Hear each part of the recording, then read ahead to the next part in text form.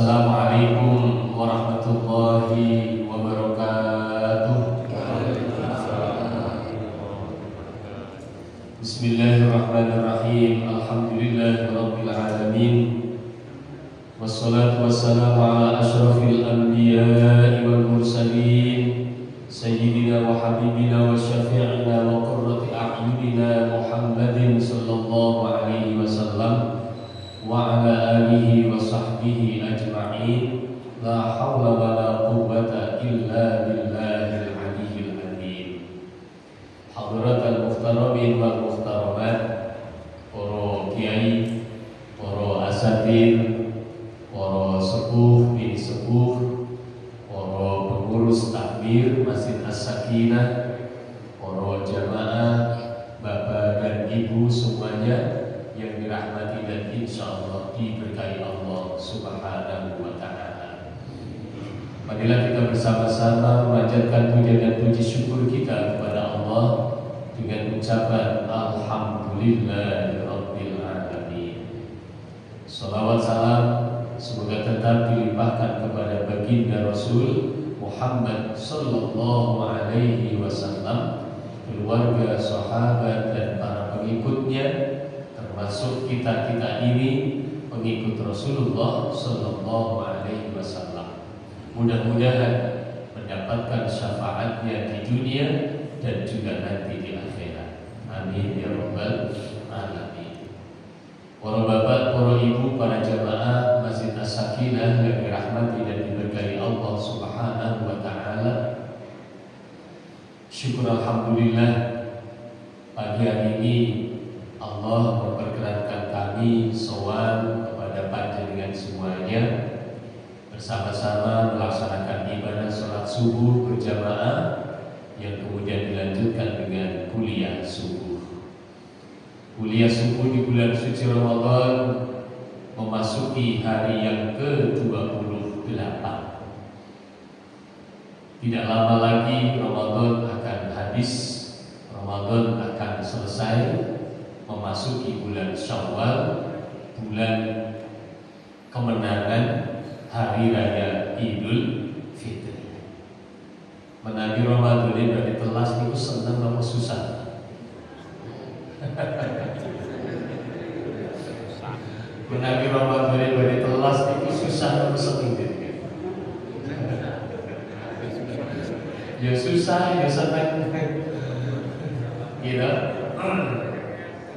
Ya susah, ya senang.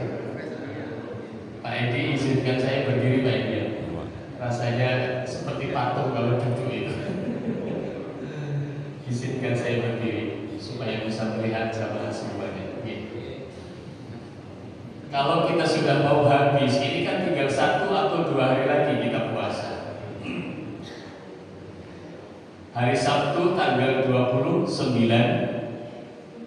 Ramadan, 29 Maret bertepatan dengan 29 Ramadan. Pasti Kementerian Agama mengadakan sidang isbat. Sebelum mengadakan sidang isbat, menyebar seluruh tim di seluruh titik dari Sabang sampai Merauke. Dari Sabang sampai Merauke ada berapa ratus tim, baik itu dari Kementerian Agamanya ataupun lembaga-lembaga ormas yang semuanya sama tujuannya, ingin melihat hilal, ingin melihat bulan. Itu nanti hari Sabtu. Maka Sabtu malam Minggu pemerintah dalam hal ini Kementerian Agama, Menteri Agama akan menetapkan apabila di antara tim-tim yang melihat bulan itu satu saja melihat bulan, bisa dipastikan hari Minggu Lebaran. Bisa dipastikan hari Minggu Lebaran kalau satu saja melihat bulan. Seperti hari yang kemarin, Jumat malam Sabtu, Jumat tim melaporkan untuk menentukan 1 Ramadan. Ternyata dari timur Merauke ke barat, tidak ada yang melihat bulan. Yang melihat adalah yang ada di Aceh. Aceh melaporkan disumpah, wallahi demi Allah, bla bla bla bla bla bla bla, melihat bulan. Dilaporkan kepada Menteri Agama, akhirnya Menteri Agama memutuskan 1 Ramadan hari Sabtu. Jumat malam Sabtu ditetapkan, malam itu juga tarawih, paginya puasa. Hanya 1 yang melihat bulan. Tetapi itu sudah cukup untuk menentukan tanggal 1 Ramadannya hari Sabtu. Maka nanti hari Sabtu itu apabila ada 1 saja tim yang melihat bulan, disumpah, siap disumpah, dilaporkan kepada Menteri Agama, bisa dipastikan hari rayanya hari Minggu. Ini kalau mengikuti pemerintah. Tetapi kalau 1 pun tidak ada, dari Merauke sampai Sabang tidak ada 1 pun yang melihat bulan, maka puasanya digenapkan 30 hari. Hari Minggunya masih tetap puasa, sehingga hari rayanya jatuh pada hari Senin. Kita lihat saja nanti hari Sabtu malam Minggu. Engin sing dinten Minggu nopo sing dinten Senin. Manut mawon kita. Samina wa ta'ala. Yang jelas bulan Ramadan tinggal sebentar lagi. Tinggal hitungan 1, 2 atau maksimal 3 hari lagi. Kalau sekarang 28, besok 29, 30, ya tinggal 3 hari lagi kita maksimal berpuasa. Susah atau senang ada dalam pilihan kita masing-masing. Senangnya kita sudah tidak lagi puasa, ibadah yang sangat berat. Puasa itu ibadah yang sangat berat. Kita menahan lapar dan dahaga, juga berusaha tidak berkata kotor, tidak berkata bohong, tidak sumpah palsu, tidak riba, tidak adu domba, tidak melihat yang kemudian menimbulkan syahwat atau nafsu. Mulai dari imsak sampai maghrib 14 jam, menahan itu semuanya. Dan ini berlangsung selama 1 bulan. Insya Allah, bayangkan betapa beratnya puasa. Sholat ringan, paling sholat kita hanya 5 menitan. Kalau misalnya agak khusyuk, tambah sedikit, tidak sampai lah 10 menit selesai. Subuh 5 menit, zuhur 5 menit, asar 5 menit, maghrib 5 menit, isya juga 5 menit. Ringan. Zakat ringan. Buka HP, kemudian klik aplikasi bank, apa BRI, BNI, BCA, tergantung panjenengan punyanya apa, termasuk BSI dan lain sebagainya. Mencari rekening lembaga zakat yang akan kita tuju, klik sambil duduk, dalam waktu 1 menit sudah terkirim, transfer, mudah. Haji yang di sana 35 hari untuk haji reguler, tetapi pelaksanaan hajinya sendiri paling hanya 5 hari selesai. 5 hari selesai. Tanggal 8 diberangkatkan ke Arafah, tanggal 9-nya wukuf, malamnya malam 10 di Muzdalifah, tanggal 10 pagi di Mina untuk lempar jumrah, tanggal 11-nya lempar jumrah lagi, tanggal 12-nya lempar lagi sekali lagi, yang terakhir lemparan yang ketiga. Setelah itu balik ke Mekah, tawaf, ifadah, sa'i, cukur, selesai. 5 hari haji itu. Yang lain itu adalah ibadah-ibadah rutin, sholat jamaah, makan, tidur, kemudian city tour dan lain sebagainya. Haji 5 hari. Sudah kayak gitu, haji itu waktunya makan, malah dijauh. Minum boleh, tidur silakan. Enak haji ini. cuma 5 hari. Lah puasa menahan lapar dahaga, tidak boleh kumpul sama istri sama suami, mulai dari subuh atau imsak sampai maghrib 14 jam, dan ini berlangsung selama 1 bulan. Berat banget puasa, masya Allah. Maka wajar kalau kemudian setelah mau selesai bulan Ramadan, alhamdulillah puasanya sudah hampir selesai, kita akan masuk bulan Syawal. Alhamdulillah. Wajar, saking beratnya telah melaksanakan ujian-ujian sehingga masuk tanggal 1 Syawal malam takbiran Allahu Akbar, Allahu Akbar, Allahu Akbar, la ilaha illallah, Allahu Akbar, Allahu Akbar, walillahil hamd. Takbir kemenangan. Seperti takbirnya supporter Indonesia di Gelora Bung Karno kemarin. Masya Allah Pak, saya melihat TikTok, saking senangnya supporter Indonesia menang Indonesia atas Bahrain, meskipun menangnya 1-0 lumayan menang.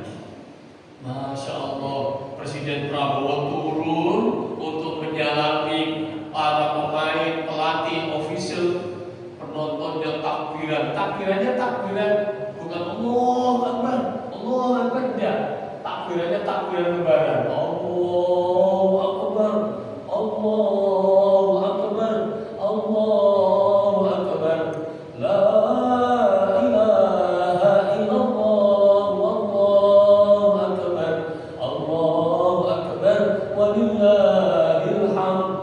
Seluruh stadion tuh muslim, bukan muslim, pokoknya kabeh takbiran. Luar biasa. Insyaallah. Wajar kita kemudian takbiran karena kita menang melawan hawa nafsu kita, menahan selama 1 bulan. Wajar takbiran, senang. Tetapi ada juga yang sedih. Ada yang sedih. Kenapa? Karena bulan Ramadan bulan yang spesial, yang untuk ibadah jam berapapun pantas. Orang tadarus Al-Quran sampai malam menggunakan pengeras suara yang tetap pantas. Pagi-pagi baca subuh masih ada orang tadarusan di musola-musola, di masjid-masjid sampai siang, pantas. Baca zuhur masih terdengar dari musola, dari masjid tadarusan Al-Quran, pantas. Untuk ibadah apapun selain tadarus Al-Quran, pantas. Tetapi nanti di luar bulan Ramadan, tadarusan ini tidak lagi kita dengar dari masjid ataupun musola. Terus ini, kalau membayangkan semacam itu, kita susah, kita sedih. Apalagi di dalam bulan suci Ramadan ini, semua amal ibadah dilipat gandakan oleh Allah Subhanahu wa Ta'ala.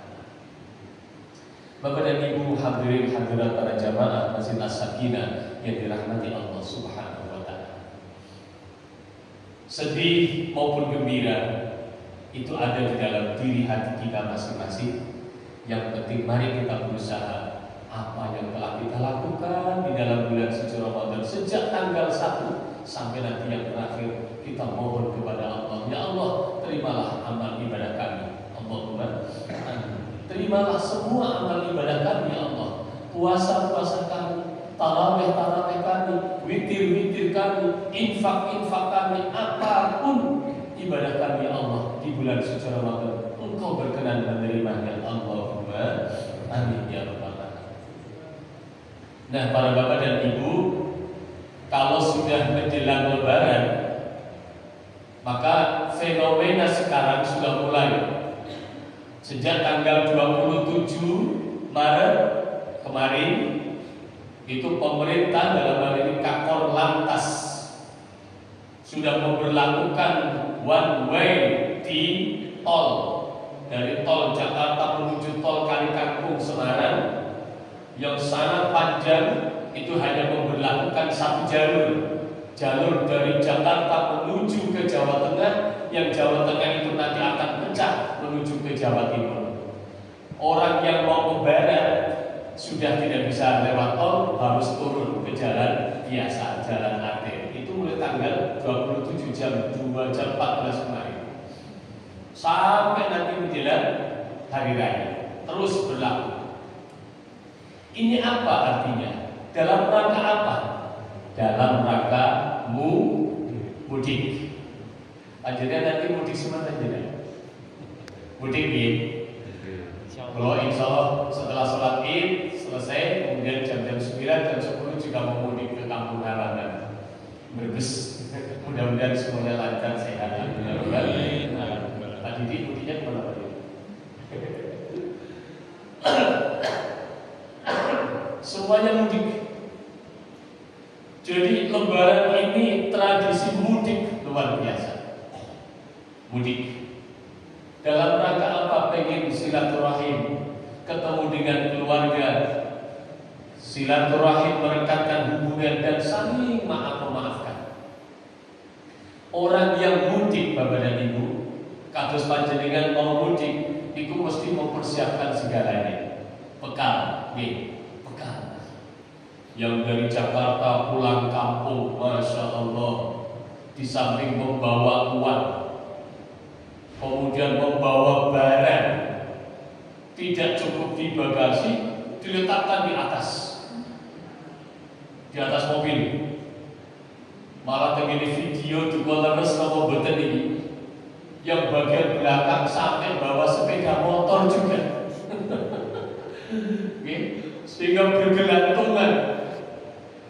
Ada yang di atas numpuk barang-barangnya sampai akhirnya disetop polisi karena melebihi beban, membahayakan. Yo nek misalnya boten oleng, guling, bahaya. Ini mudik.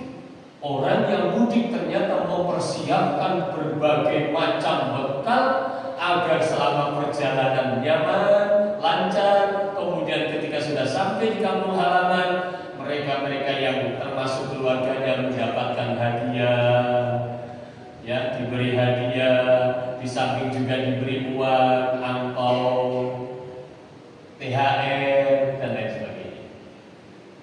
Ini mudik. Setiap kali Lebaran mesti wonten mudik. Bahkan pemerintah Indonesia luar biasa memfasilitasi mudik ini. Seluruh personel TNI dibantu oleh personel dari TNI, Polri yang utama dibantu TNI, dan juga ada dari Pramuka dan lain-lain dikerahkan untuk membantu kelancaran mudik. Alhamdulillah tahun ini Presiden memerintahkan kepada Menteri Keuangan jalan tol pun dapat diskon 20%. Alhamdulillah. Maka orang sempurna mudik.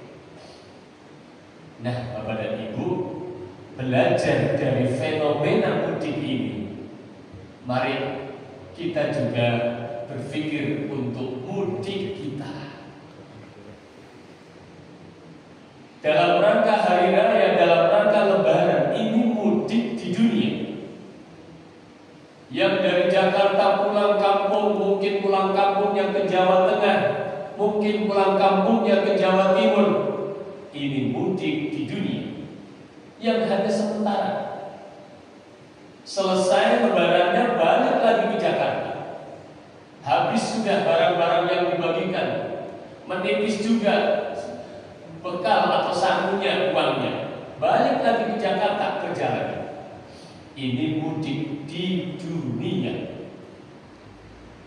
Ada mudik akhirat. Mudik akhirat. Pelajaran dari mudik yang ada di dunia ini adalah mari kita belajar, kita menyadari bahwa kita akan mudik ke akhirat. Bapak dan Ibu, tempat tinggal kita yang asli adalah surga, swarga. Jadi kita tempat tinggal yang asli swarga. Nabi Adam alaihi salatu wassalam diciptakan di dalam surga. Tidak berapa lama kemudian diciptakan pasangannya atau istrinya yang bernama Siti Hawa juga di dalam surga. Dinikahkan oleh Allah di dalam surga. Menikmati semua yang ada di surga. Hanya ada satu larangan, dilarang mendekati satu pohon, yang ternyata larangan ini kemudian dilanggar oleh Adam dan Hawa. Tidak hanya mendekat, tetapi kemudian memetik buahnya dan memakannya. Pelanggaran yang bertubi-tubi. Karena melanggar inilah maka kemudian diturunkan ke dunia. Tempat tinggal kita yang asli adalah di akhirat, nanti di surga. Kemudian karena Nabi Adam dan Siti Hawa diturunkan ke dunia, lalu kemudian berketurunan sampai kepada kita ini, kita nanti akan dikembalikan, akan mudik. Mudiknya kemana? Ada dua tempat, neraka atau surga. Neraka atau surga. Neraka atau surga. Maka mudik kita sebenarnya adalah sedang menuju mudik ke surga di akhirat. Oleh karena itulah Bapak dan Ibu, karena mudik kita itu mudik ke akhirat, yang rumah kita adalah surga. Sebagaimana mudik di dunia, orang yang pulang kampung dari Jakarta ke Jawa Tengah, ke Jawa Timur membawa bekal yang banyak. Mari kita siapkan juga bekal mudik kita menuju akhirat yang sebanyak-banyaknya. Apa bekal mudik kita menuju akhirat? Al-Quran menyampaikan, wa tazawwadu fa inna khairaz zadi taqwa, wa tazawwadu fa inna khairaz zadi taqwa. Carilah bekal wahai kaum muslimin, carilah bekal wahai orang-orang yang beriman. Fa inna khairaz zadi taqwa, sebaik-baik bekal yang dibawa untuk mudik ke akhirat adalah ketakwaan kepada Allah Subhanahu wa ta'ala. Takwa. Mulai saben dinten Jumat, khotib yang berdiri di atas mimbar selalu mengatakan ittaqullah, ittaqullah, ittaqullah haqqa tuqatih, wa la tamutunna illa wa antum muslimun. Kan begitu khotib. Selalu mengingatkan wattaqullah, wattaqullah, wattaqullah, bertakwalah kepada Allah. Sampai-sampai apabila khotib tidak menyampaikan ittaqullah, wasiat takwa, khotbahnya tidak sah. Khotbahnya tidak sah. Kalau khotbahnya tidak sah, sholat Jumatnya juga tidak sah. Karena antara khotbah dengan sholat Jumat itu gandeng. Nyuwun sewu, wonten sing dawuh bahwa sholat Jumat itu adalah pengganti sholat zuhur, khusus di hari Jumat. Sholat zuhur itu 4 rakaat, sedangkan sholat Jumat hanya 2 rakaat. Lalu yang 2 rakaatnya lagi yang mana? Yang 2 rakaatnya adalah 2 khutbah. Khutbah yang pertama dilanjutkan dengan khutbah yang kedua. Makanya kemudian pada saat khutbah berlangsung, kita sebagai makmum, sebagai jamaah tidak boleh untuk berbicara sendiri seolah-olah kita sedang sholat tapi kita ngobrol. Tidak boleh. Bila ansitu wasma'u wa ati'u rahimakumullah. Ansitu, dengarkanlah. Wasma'u, dengarkanlah. Wa ati'u, patuhilah. Rahimakumullah. Mudah-mudahan kalian mendapatkan rahmat. Ansitu wasma'u wa ati'u la'allakum turhamun.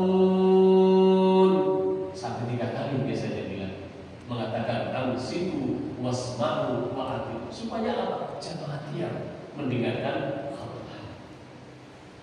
Khutbah itu komando, bukan pidato. Kalau pidato bahasa Arabnya khitobah, tetapi kalau khutbah komando. Makanya Rasulullah, bermaaf, Rasulullah itu ketika berkhutbah beliau memegang, kalau sekarang orang sebagian memegang tongkat, Rasulullah memegang pedang atau tombak, berdiri di atas mimbar dengan memegang tombak atau pedang. Kenapa? Karena beliau memposisikan diri sebagai seorang panglima yang mengkomando seluruh jamaahnya. Itu Rasulullah.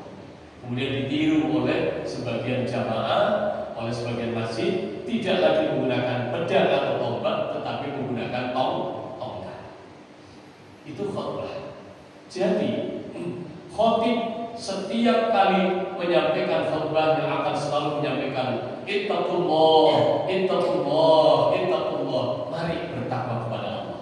Sebab takwa ini adalah sangu terbaik, bekal terbaik untuk mudik menuju akhir. Bapak dan Ibu, gambarannya bagaimana orang yang bertakwa setelah kita melaksanakan ibadah puasa selama 1 bulan. Banyak sekali ayat-ayat tentang takwa ini. Saya ingin menyampaikan yang ada di dalam surat Ali Imran ayat 133, 134, 135 sampai dengan 136. A'udzu billahi minasyaitonir rajim. Wasari'u ila maghfiratin min rabbikum wa jannatin 'arduha as-samawati wal ardh u'iddat lil muttaqin. Mari bersegera untuk mendapatkan ampunan Allah, terutama di dalam bulan suci Ramadan. Segera bersama-sama berlomba-lomba mendapatkan ampunan dari Allah. Bulan Ramadan 10 hari yang pertama penuh dengan rahmat, 10 hari yang kedua penuh dengan ampunan Allah bagi siapapun yang menghendaki, yang menginginkan ampunan dari Allah, seberapapun besarnya dosa kita. Di 10 hari yang terakhir, tanggal 21 sampai dengan selesai, Idkun minan nar, Allah memerdekakan dari siksaan api neraka. Ya Allah, mudah-mudahan kita semuanya termasuk yang dimerdekakan, yang dibebaskan dari siksaan api neraka. Allahumma amin. Wa jannatin, di samping berlomba-lomba mendapatkan ampunan Allah, juga berlomba-lomba untuk mendapatkan surga, tempat mudik kita. U'iddat lil muttaqin, yang disiapkan bagi orang-orang yang bertakwa. Orang yang bertakwa itu alladzina yunfiquna fis sarra'i wad-dharra. Orang yang infak di jalan Allah dalam keadaan lapang maupun sempit. Dalam keadaan lapang maksudnya pas kata yo terone yo infak, pas muwepet yo terone yo panggah infak. Nek pas yo terone kata infak yo kata, pas rodok sempit, pas rodok mepet yo terone yo infak senajan toh 1000 2000 tetep mau istiqomah. Saya mencontohkan dan pernah saya sampaikan kepada ibu-ibu, Riyadul Jannah, Darul Jannah nih, Darul Jannah. Bu, setiap pagi ketika panjenengan berangkat ke masjid, meskipun 2000, tetapi istiqomah setiap pagi cemplung nih 2000 setiap hari. Masya Allah, dalam 1 bulan panjenengan sudah berapa itu? Itu infak yang setiap hari kita lakukan. Dari ayat ini, orang yang bertakwa adalah orang yang loman dalam bahasa Jawanya. Boten bakhil, boten cetil, boten eman. Pertemuan kemarin, subuh kemarin, saya mencontohkan sahabat Sya'ban yang mau makan roti hanya 1 di dalam wonten pengemis, Pak, nyuwun rotine Pak, kula dereng maem lho Pak, nyuwun Pak. Sahabat Sya'ban Roman, rotinya dipotong. Monggo Pak jenengan sepalin, kula nggih sepalin kanten kula niki dereng maem.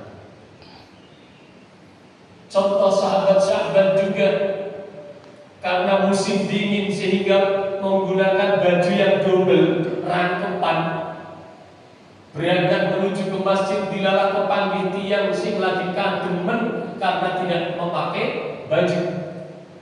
Baju yang satu dilepas diberikan kepada orang ini. Pak, monggo jenengan damel klambi niki. Monggo jenengan damel klambi niki, jenengan kademen, jenengan damel klambi niki. Itu contoh sahabat Sya'ban. Loman roti badhe didhahar piyambak, padahal piyambak iki luwih lah wonten tiyang nyuwun diparingi. Kademen dapat baju rangkepan, nyawang wonten tiyang sing boten dapat klambi babar pindah. Kademen baju satu lepas dikasihkan, tandane tiyang loman. Nggih. Tiyang ingkang takwa, tiyang ingkang sae niku tiyang ingkang loman. Boten iman. Ada satu cerita juga kula mendapatkan kemarin malam 22 dari Kiai Haji Zuhrul Anam pas ceramah haul Abu Ya As-Sayyid Al-Maliki. Beliau mencontohkan beberapa banyak hal. Salah satu yang saya ambil, yang saya sampaikan di sini, Imam Malik tokoh mazhab Maliki. Itu sugih boten kawula. Sugih. Rata-rata imam tokoh mazhab, ulama-ulama dulu kaya raya. Imam Malik ini mendapatkan hadiah kuda yang luar biasa bagus. Imam Syafi'i, tokoh mazhab Syafi'i adalah murid Imam Malik. Jenenge santri, Pak. Saking nyawang jaran sing suwai. Rumiyin dari mobil. Cara saniki paling kira-kira mobil Alfa. Mobil Alfa. Imam Syafi'i saking lurus-lurus ngembeni jarane Imam Malik saking sae. Jaran kok koyo ngene didemak kagum. Imam Malik pirsa, Imam Malik tahu. Kemudian memanggil Imam Syafi'i. Syafi'i, kamu kok megang-megang kuda? Apa kamu suka? Kalau kamu suka, silakan, tak kasihkan ke kamu. Masya Allah. Itu salah satu sifat lawani para ulama kita. Contohnya Imam. Nopo mari Kanjeng Nabi Muhammad sallallahu alaihi wasallam pun berbanding. Jadi orang yang baik, orang yang bertakwa, yang akan mudiknya ke surga adalah orang yang loman, bukan iman. Yang kedua, wal kadhiminal ghaidha, orang yang mampu menahan amarahnya, boten gampang nesu. Nek boten gampang nesu berarti sabar. Tiyang sing sae, tiyang sing takwa, sing mudike bageteng swarga niku tiyang ingkang sabar. Para bapak, para ibu, puasa melatih kita sabar. Sabar, sampai-sampai Kanjeng Nabi memberikan tips. Kalau misalnya ada orang yang mengajak kamu bertengkar, ada orang yang mengajak kamu untuk tukaran, kalau ada orang yang mengajak kamu untuk berkelahi, bilanglah inni shaim, saya sedang berpuasa. Inni shaim, saya sedang berpuasa. Artinya apa? Kita melatih kesabaran, tidak merespon, tidak menanggapi ajakan untuk gelut, untuk berkelahi, bahkan sampai ajakan untuk duel dan lain sebagainya. Puasa melatih kita sabar. Orang yang bertakwa adalah orang yang senantiasa sabar, menjaga kesabaran. Yang ketiga, wal afina 'anil nas. Kalau orang ini loman, kemudian orang ini juga sudah sabar, maka dia akan afina 'anil nas, mudah memaafkan kesalahan orang lain. Mboten dendam. Tetapi kalau orang itu dendam, niki wong sing gampang nesunan, nggih, iku biasanya dendam biasa. Tapi nek gampang niku sabar, insyaallah tiyang niku gampang nyepurona, mudah memaafkan kepada orang lain. Masya Allah. Kalau kita mau mencontoh Rasulullah Muhammad SAW, betapa Rasulullah itu disakiti dengan kata-kata, sing darani wong gendeng, sing darani tukang sihir, sing darani macam-macam kanjeng Nabi. Itu yang kata-kata, yang perbuatan, sing dilempari telepon, sing dilempari batu, disawat batu, macam-macam. Sampai-sampai malaikat Jibril saja dia lesu. Ya Rasulullah, izinkan saya ambil, saya angkat bukit, saya ambilkan kepada mereka. Apa kata Rasulullah? Jangan. Allahumma hdi qaumi fa innahum la ya'lamun. Mereka menyakiti saya karena mereka tidak tahu bahwa saya adalah utusan Allah. Kalau mereka tahu saya utusan Allah, mereka tidak akan seperti ini. Tidak akan seperti ini. Akhirnya Rasulullah justru berdoa, ya Allah, berilah mereka hidayah karena mereka tidak tahu. Ternyata betul bapak-bapak dan ibu-ibu, Abu Jahal yang gengnya, dedengkotnya orang kafir, punya anak yang namanya Ikrimah. Ikrimah bin Abu Jahal. Ternyata Ikrimah ini menjadi seorang sahabat yang luar biasa. Beliau masuk Islam, menjadi panglima perang juga pada masa Rasulullah. Bapak itu dengkot wong kafir, anaknya justru sebagai tokoh sahabat. Ini buah dari kesabaran yang dimiliki oleh Rasulullah Sallallahu Alaihi Wasallam. Yang terakhir, yang keempat, ini untuk kita semuanya. Di samping tadi mari jadi wong sing loman, dadi wong sing sabar, dados tiyang ingkang mudah memaafkan orang lain.